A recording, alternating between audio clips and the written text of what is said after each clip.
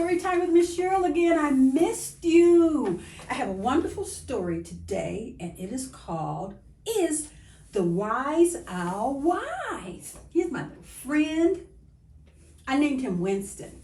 And the book was written by Shoo Rayner. Also today I've got a special surprise for you as well. I have one of my very special co-workers with me today, and she's going to show up in a few minutes, and she's going to tell you all the wonderful things that she does besides make me smile every day. So we're going to be sharing that with you as well. So after the story, I want you to stand by because there's more. So let's get started. Is the wise owl wise? This is a story about an owl who looked very wise and looked very clever. This owl hunted for his food at night. In the day, he slept on the best branch of his tree, just like that. There he is. He's sleeping. He's kind of cute. But when he slept, Owl did not shut his eyes. He kept them open just a little bit. And that made him look very clever. The animals in the forest saw him and said, "He looks so wise and looks so clever." They just all admired him. Look at them all gathered around looking up in the tree at the owl. They were fascinated by him. He looked so clever and wise. There was a pond in the forest, and in the pond lived many frogs.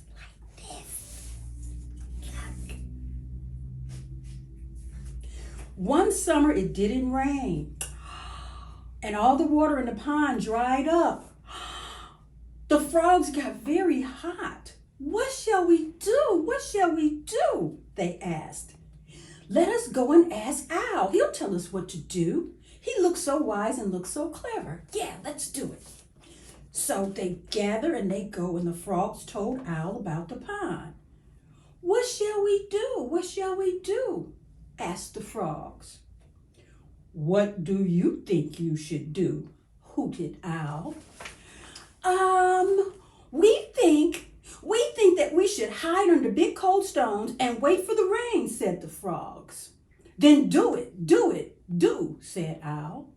So the frogs hid under big cold stones and waited for the rain. When the rain came, the pond filled with water and the frogs were happy again. Problem solved. In the fall, some of the birds were cold and hungry. "What shall we do? What shall we do?" they asked. "Let us go and ask Owl," the other birds answered. "He'll tell us what to do. He looks so wise and looks so clever." So they went and they asked Owl. "What do you think you should do?" hooted Owl. We think we should fly away to where the sun shines every day," said the birds. "Then do, said Owl. So they flew away to where the sun shines every day, and the birds were happy again. Problem solved. When winter came to the forest, it began to snow, covering some of the animals. They were very cold. "What shall we do? What shall we do?" they asked. "Let us go and ask Owl. He'll tell us what to do," because they were so worried that they might freeze to death over the winter. What shall they do? So they went and they asked Owl. "What do you think you should do?" hooted Owl. We think that we should sleep until spring," said the squirrels and the badgers. "And we think that we should put on warm winter coats," said the fox and the rabbits. "And we think that we should keep each other warm," said the little birds. "And we think that we should keep a hole open in the ice," said the ducks. "Then do, said Winston the owl. So the squirrels and the badgers slept until spring.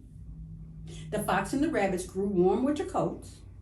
The little birds found a hole in a tree and kept each other warm. The ducks took turns sitting in a hole in the ice so they could get to their food. The animals were happy again. Problem solved. Owl is so wise and so clever, they said. He told us what to do, and he was right. But Al hadn't really told them anything, for Al was not really wise nor really clever. Al was asleep on the best branch of his tree and dreaming that he was catching mice. I love this story, boys and girls, and one of the things that I learned from this story, and I hope you did too, is that you can figure it out. Usually you can figure out. You just need to do something. And sometimes if you have a talk with yourself, you can figure out what you can do about the problem. But the most important part when things are difficult is that you need to do something. And in the event that you can't figure out what to do, there's always someone else to talk to. And I told you to stand by. I'm going to introduce you to my coworker. That's Miss Frederica Tabor. And she's going to be coming in here very shortly. Boys and girls, I told you I'd be back. And I've got my friend Frederica. This is Frederica Tabor with me. And she works here at the clinic. Miss Freddie, wasn't that a wonderful story? Miss Cheryl, I loved hearing about Winston the Owl.